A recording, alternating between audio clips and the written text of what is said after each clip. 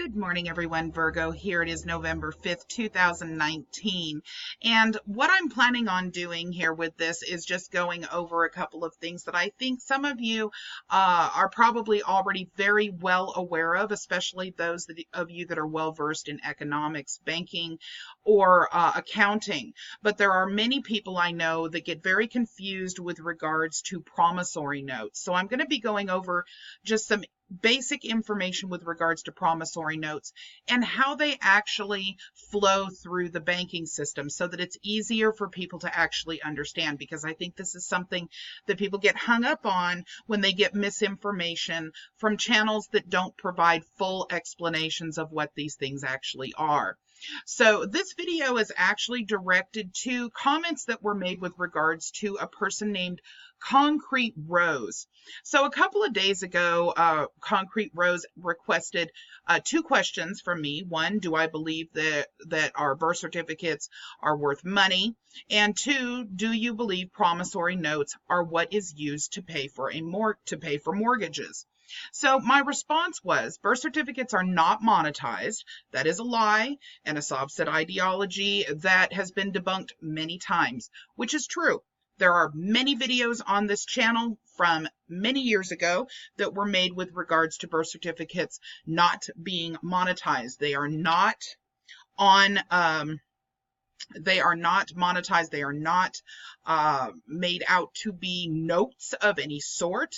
They are not a stock of any kind. The red letters that you see and numbers that you see on the right-hand corner are simply serial numbers, because your birth certificate is required to be on security paper, not because they are a security, but because they need to be on a securitized document, so they're not easily able to be copied and fraudulently made for identity theft. Same thing with your Social Security cards. Your Social Security cards also have a red identifying serial number on the back of them that provides a security office with the availability to block out certain serial numbers should cards come up missing for one reason or another. It's also a way that they can reissue you a Social Security card and nix out an old one should your name change or anything of that sort. Serial numbers are a requirement on any document that is placed on security paper, including diplomas and marriage licenses and there's all kinds of different things. None of these things are monetized. None of these things are stocks. If you indeed actually had a birth certificate that was monetized, your monetization would not make sense, because you would actually have a ticker symbol that you would be able to track it online. You would be able to track it through the stock market, and those things do not exist. So the funny part about this particular conspiracy theory is the following. One of the things that the ideology likes to do is teach people these crazy things that cannot be proven to be false, because you can't prove a negative. You can only prove a positive. So when I went back to actually take a look at debunking these things, because I knew them not to be factual, the logic tells you, obviously, a birth certificate's not going to be monetized because it would be a terrible investment. People consistently are disabled and can't work. There are those that choose not to work and stay home and raise kids, males and females. There are those that die early. There are those that are, constantly needing medical care. There are births that last for 2 weeks. I mean, it would be a terrible, terrible, terrible investment for any investor.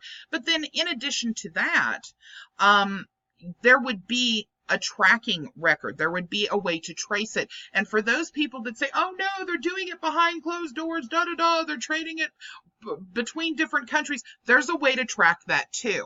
All of these things are already on the Virgo Triad channel, and you can already take a look at all of those videos, including everything about the serial numbers, all the proof of that, the fact that they claim that it says, note company at the bottom. Right, it does, because it is an actual company that makes note paper, security paper.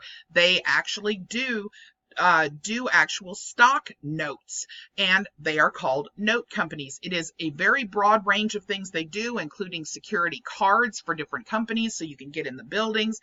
It is absolutely insane the amount of stuff that they do that has to do with security. But the fact that they call themselves that does not make it an actual note. Regardless, you're welcome to go back and take a look at all of those videos, because that will give you all the information and all of the actual links and sources that you can take a look at yourself. We have discussed that ad nauseum at this point.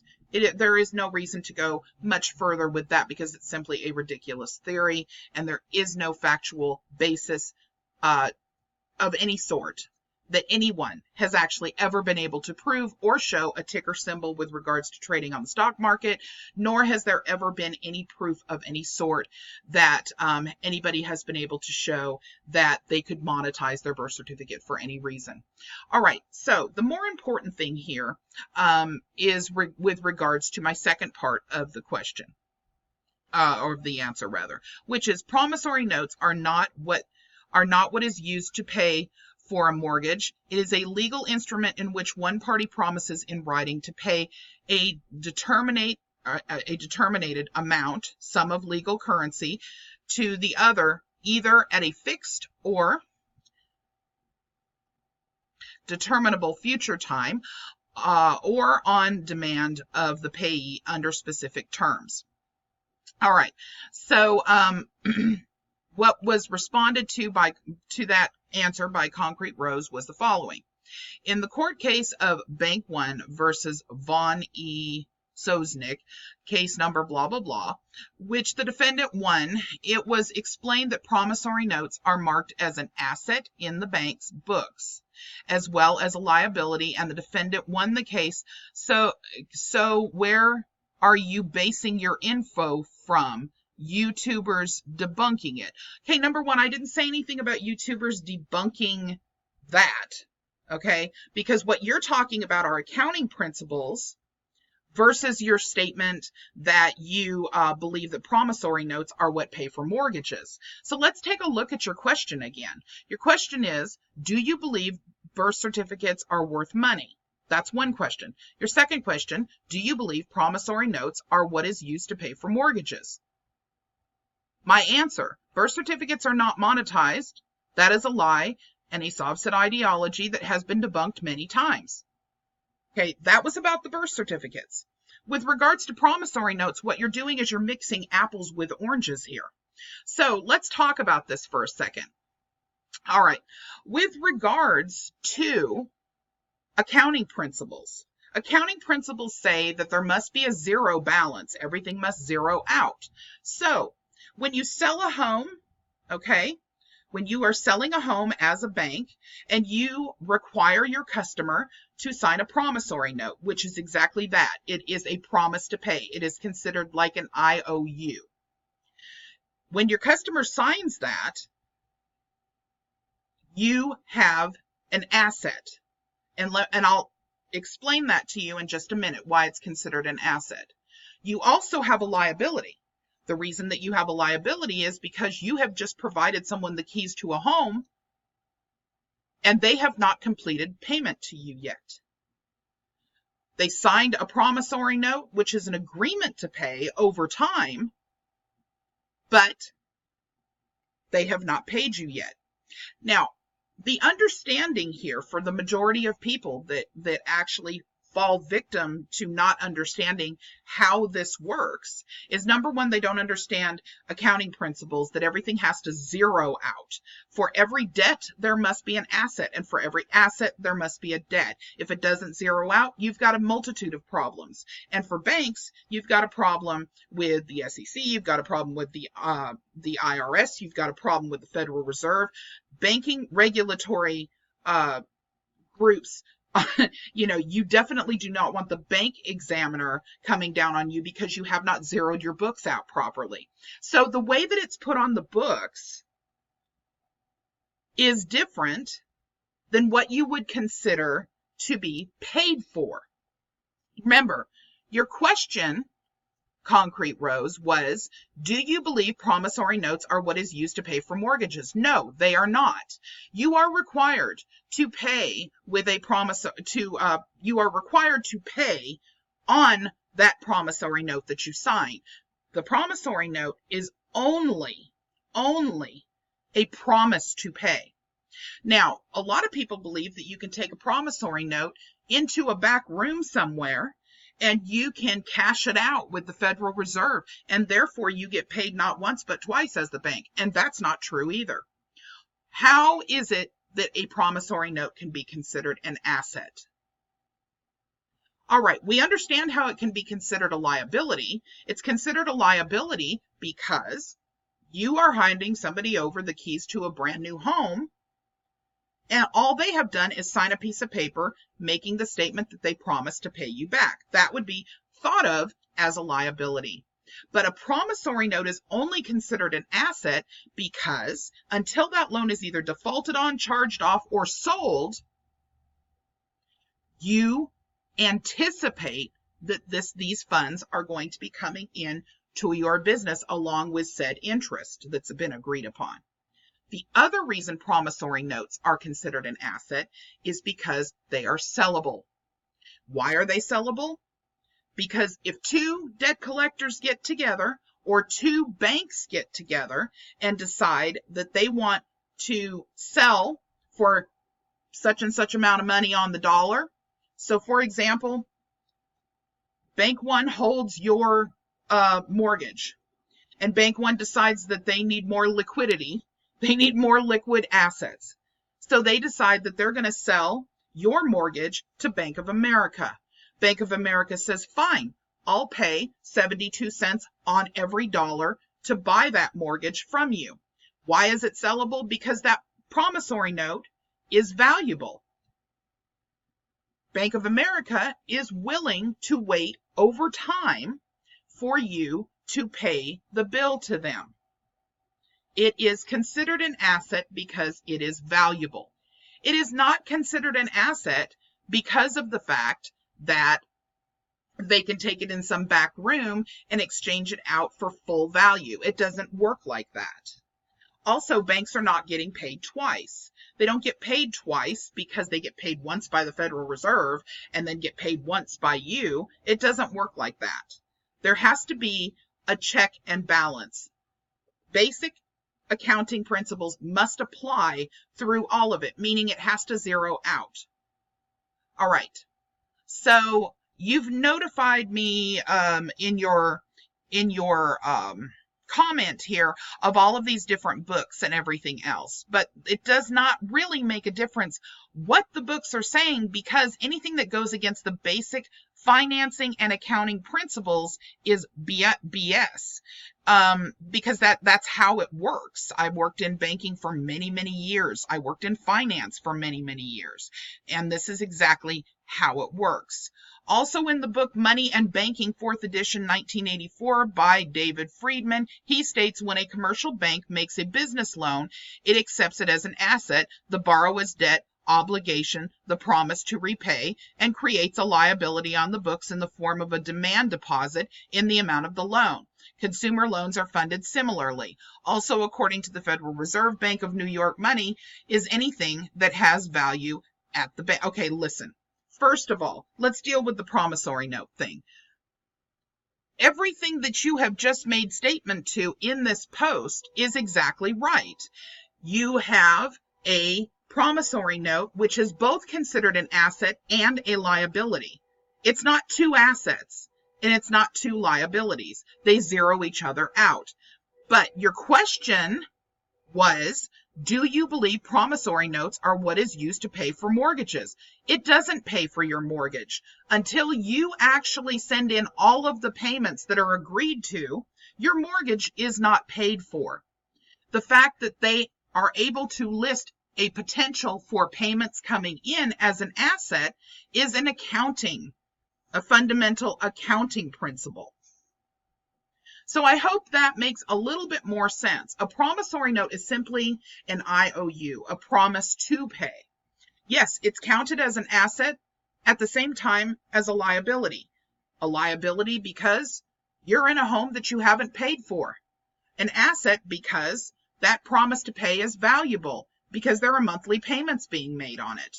The reason the books are that way is so that they zero one another out. Okay, moving on. Customer loans are funded. Okay, so here we go with the Federal Reserve Bank of New York statement. Money is anything that has value that banks and people accept as money. Right, that's true. Money is not currency. Okay? Money is whatever, money is not even actually, that's really just a bad word for it. I mean, what is money? What is money? Gold and silver are minerals. All right?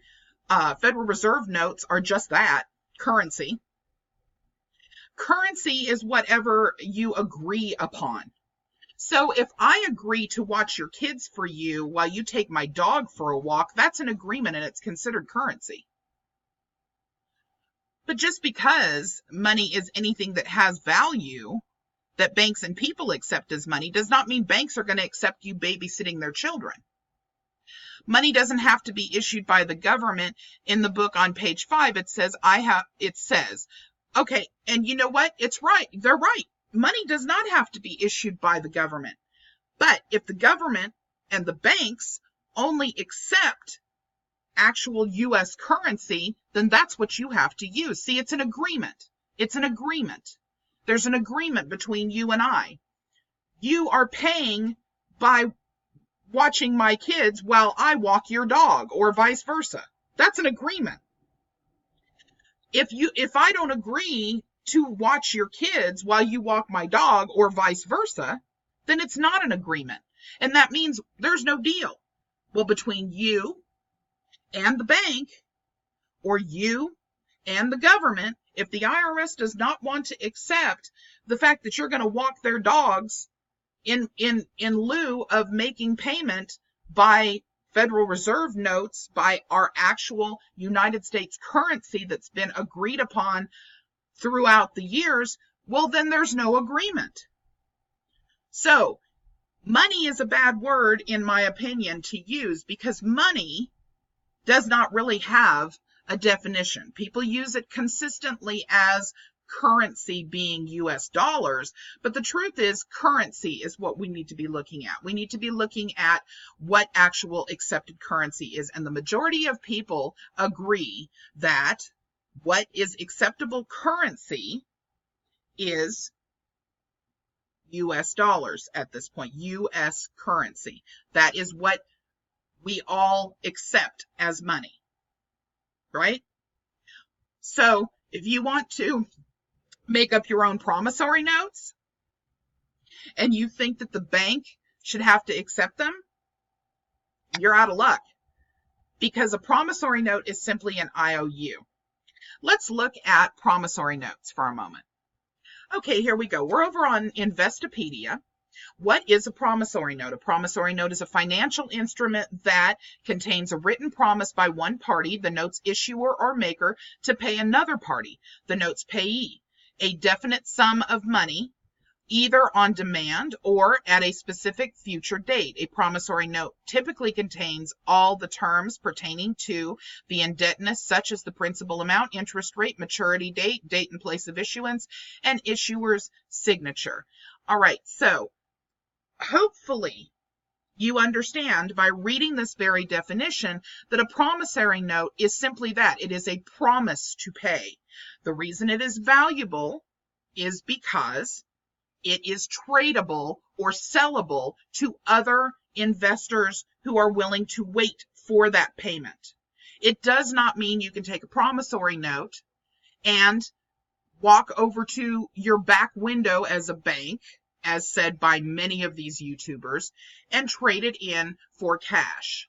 It doesn't work like that. Whoever the owner of the promissory note is may be able to claim it as an asset on their books in order to offset and make sure that accounting principles are met for the bank examiner. It does not mean that they've got the full amount of cash in their vault, because a promissory note is paid on over time by its very definition.